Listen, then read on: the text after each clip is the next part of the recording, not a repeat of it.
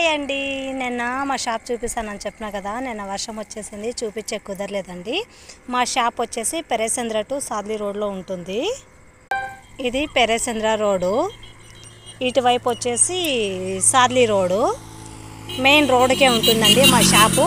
అక్కడ ఉంది కదా, అది ఫుల్ షాప్ అయితే అది అండి. అవతల వైపు పోయి నేను ఈరోజు ఏమేమి స్పెషల్ చేసినానో చూపిస్తాను చూడండి. ఇక్కడ బయటే బండ పైన పెట్టుకుంటాము.